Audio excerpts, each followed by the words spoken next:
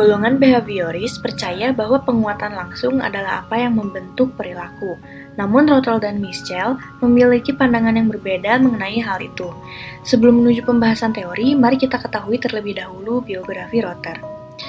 Julian B. Rotter lahir di Brooklyn pada 22 Oktober tahun 1916 sebagai anak ketiga dari pasangan imigran Yunani. Keluarga Rotter mengalami keterpurukan karena menganggur akibat adanya depresi besar di Amerika Serikat pada tahun 1929 hingga 1939. Ia berkuliah di jurusan kimia, tetapi tertarik dengan psikologi.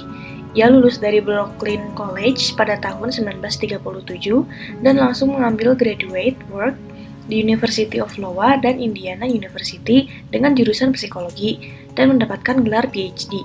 Rotter kemudian meninggal pada tahun 1995. Rotter berpendapat dalam teori pembelajaran sosial kognitif bahwa pemahaman yang baik tentang orang lain dengan melalui interaksi sehari-hari dengan orang lain dan lingkungannya adalah dengan menentukan perilaku seseorang dalam situasi tertentu, lebih dari sekedar penguatan langsung yang diungkapkan oleh Skinner.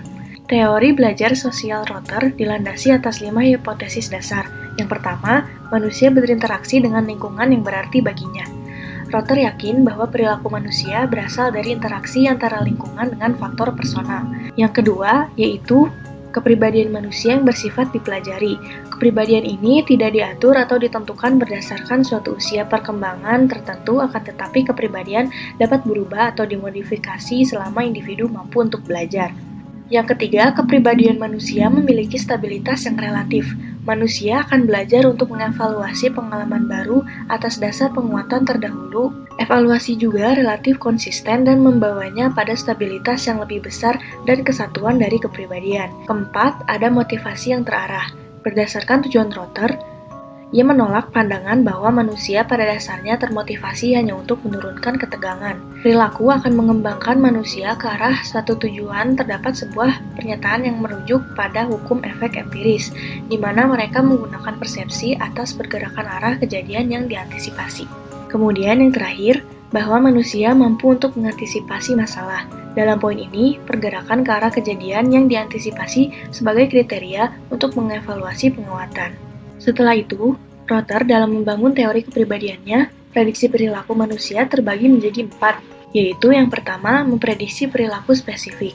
Rotter mengajukan 4 variabel yang harus dianalisis dalam kategori ini. Yang pertama, potensi perilaku, di mana kemungkinan suatu respon tertentu akan terjadi pada suatu waktu atau tempat. Contohnya, terdapat seorang anak yang sedang diajak jalan-jalan oleh orang tuanya. Kemudian dia melihat toko mainan. Ada beberapa potensi perilaku yang akan muncul. Pertama, sang anak ini mungkin akan melewatinya tanpa memperhatikan toko mainan tersebut. Atau sang anak berpikir untuk berhenti dan mampir ke dalam toko mainan tersebut, lalu keluar dari toko tanpa membeli mainan atau membeli mainan yang ia pilih dari toko tersebut. Kedua, ekspektasi atau pengharapan merupakan konsep kedua dari Rotter, menjelaskan tentang kepercayaan individu bahwa dia berperilaku secara khusus pada situasi yang diberikan yang akan diikuti oleh penguatan yang telah diprediksikan. Kepercayaan ini berdasarkan pada pola atau probabilitas atau kemungkinan penguatan yang akan terjadi. Tingkat harapan ini ditentukan oleh beberapa faktor. Konsep ketiga dari Rotter adalah nilai penguatan atau reinforcement value, yang mana merupakan penjelasan mengenai tingkat pilihan untuk suatu reinforcement sebagai ganti yang lain. Jika seseorang berada pada situasi yang sama, di mana situasi ini memungkinkan untuk terjadinya satu atau beberapa reinforcement, berapa banyak orang-orang yang akan memilih satu reinforcement sebagai ganti yang lain. Selanjutnya, situasi psikologis. Situasi psikologis adalah konsep dasar keempat dari teori sosial belajar Rotter, dan ini merupakan hal yang penting dalam menentukan perilaku. Rotter percaya bahwa kita secara terus-menerus memberikan reaksi pada lingkungan internal maupun lingkungan eksternal kita. Selanjutnya, masing-masing lingkungan ini secara konstan saling mempengaruhi yang lain. Kita tidak hanya merespon stimulus eksternal saja, tetapi juga kedua lingkungan. Penggabungan inilah yang disebut Rotter dengan situasi psikologis. Situasi dipertimbangkan secara psikologis karena kita mereaksi lingkungan ini berdasarkan pola-pola persepsi kita terhadap stimulus eksternal. Selanjutnya ada memprediksi perilaku umum. Yang pertama ada ekspektasi umum. Tingkah laku akan dipengaruhi oleh reinforcement yang diperoleh pada pengalaman-pengalaman tersebelumnya. Yang pertama ada ekspektasi umum. Tingkah laku akan dipengaruhi oleh reinforcement yang diperoleh pada pengalaman-pengalaman sebelumnya. Kemudian yang kedua ada kebutuhan. Rotter mendefinisikan bahwa kebutuhan itu adalah perilaku yang dapat dilihat oleh orang lain, seperti menggerakkan mereka ke arah suatu tujuan atau kebutuhan. Rotter pun membagi kebutuhan menjadi dua, yaitu ada kategori kebutuhan serta komponen kebutuhan. Di dalam kategori kebutuhan, pertama ada pengakuan status. Sebagai manusia, kita membutuhkan pengakuan serta status dalam pandangan orang lain. Kedua, ada dominasi. Kebutuhan ini yang akan mengendalikan orang lain, di mana perilaku tersebut dapat menguasai sebuah kekuasaan. Kemudian yang ketiga ada kemandirian. Kebutuhan di mana seseorang manusia membutuhkan suatu kebebasan. Yang keempat ada perlindungan dan ketergantungan. Berbanding balik dengan kebutuhan kemandirian, di sini seseorang membutuhkan perhatian dari orang lain serta dilindungi dari sesuatu yang menyakitkan. Kemudian kelima ada cinta dan afeksi. Kebutuhan seseorang yang ingin diterima oleh orang lain serta dirinya yang dianggap ada. Dan yang terakhir ada kenyamanan fisik.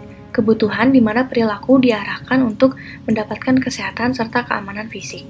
Lalu selanjutnya, komponen kebutuhan. Ada 3 komponen yang penting. Yang pertama, potensi kemungkinan yang akan terjadi pada perilaku yang berhubungan secara fungsional. Kedua, kebebasan bergerak. Seseorang dapat berperilaku dengan berbagai cara untuk memenuhi kebutuhan seperti memilih pakaian atau memilih makanan yang ia sukai dan lain sebagainya. Yang ketiga ialah nilai kebutuhan, di mana menjelaskan bahwa nilai kebutuhan sebagai rata-rata nilai preferensi dari seperangkat penguatan yang berhubungan secara fungsional. Selanjutnya ada perilaku maladaptif. Dalam teori belajar sosial Rotter, perilaku maladaptif adalah perilaku bertahan. Apapun yang gagal, menggerakkan seseorang untuk menjadi lebih dekat dengan tujuan yang ia inginkan. Menetapkan tujuan yang terlalu tinggi adalah salah satu dari beberapa kontributor yang dapat menyebabkan perilaku maladaptif. Kemudian ada praktek psikologi psikoterapi. Permasalahan psikologi yaitu bagaimana membuat perubahan pada perilaku melalui interaksi antara satu orang dengan yang lainnya, atau bisa disebut dengan klien dan psikolog. Melalui interaksi dalam praktek psikoterapi ini, individu melakukan pembelajaran dalam situasi sosial. Terapis harus menjadi partisipan yang aktif dalam interaksi sosial dengan kliennya. Terapis juga harus berusaha mengurangi perbedaan antara nilai kebutuhan dengan kebebasan bergerak. Selanjutnya ada Walter Mischel. Ia lahir pada 22 Februari tahun 1930 di Wiener, Austria. Mischel berkuliah melalui beasiswa di New York University dan tertarik pada bidang seni. Ia memperoleh gelar doktor dalam bidang psikologi klinis dari Ohio State University dan menjadi awal ketertarikan Mischel terhadap psikologi kognitif sosial. Sama seperti Rotter, Mischel juga tidak menyetujui pendapat Skinner tentang kepribadian manusia. Secara umum, teori kepribadian Mischel memiliki 2 tipe. Pertama, kepribadian sebagai entitas dinamis yang termotivasi oleh dorongan, persepsi, kebutuhan, tujuan, dan ekspektasi. Kedua, kepribadian sebagai fungsi dari sifat atau disposisi personal yang relatif stabil. Teori kepribadian kognitif afektif ini berpandangan bahwa perilaku berasal dari disposisi personal yang relatif stabil dan proses kognitif afektif yang berinteraksi dengan situasi tertentu. Latar belakang dari teori Mischel, yang pertama ada paradoks konsistensi. Misalnya orang awam atau seorang psikolog profesional secara intuitif meyakini bahwa perilaku manusia relatif konsisten, tetapi bukti empiris menunjukkan banyak variasi dalam perilaku pada situasi yang disebut sebagai paradoks konsistensi. Kemudian, yang kedua, interaksi manusia dengan situasi. Mischel dapat melihat bahwa manusia bukanlah wadah kosong tanpa ada sifat kepribadian yang bertahan di dalamnya. Sistem kepribadian kognitif afektif. Sistem ini menjelaskan keberagaman dalam berbagai situasi dan juga stabilitas dari perilaku dalam diri seseorang. Sistem kepribadian kognitif afektif memprediksikan bahwa perilaku individu akan berubah dari satu situasi ke situasi lainnya. Terdapat 3 sistem kepribadian kognitif afektif. Yang pertama ada prediksi perilaku. Jika kepribadian merupakan sistem stabil yang terus memproses informasi, situasi eksternal dan internal, maka ketika individu menghadapi situasi berbeda, perilaku mereka bisa tetap atau bisa juga berubah. Konsep ini menyatakan bahwa prediksi perilaku bersandar sepenuhnya kepada pengetahuan tentang bagaimana dan kapan beragam unit kognitif dan afektif diaktifkan. Kedua, ada variabel situasi. Michel yakin bahwa pengaruh relatif variabel-variabel situasi dan sifat pribadi dapat ditemukan dengan mengamati keseragaman dan keragaman respon seseorang pada situasi tertentu. Ketika pribadi yang berbeda bersikap dengan cara yang mirip, misalnya saat melihat film yang emosional, maka variabel situasi akan jauh lebih kuat dibandingkan dengan karakteristik pribadi. Di sisi lain, kejadian yang sama menghasilkan respon yang berbeda. Misalnya, ada beberapa pekerja yang baru saja mengundurkan diri, namun berbeda dengan individual yang akan mengarahkan kepada perilaku yang beragam tergantung kebutuhan akan pekerjaan mereka.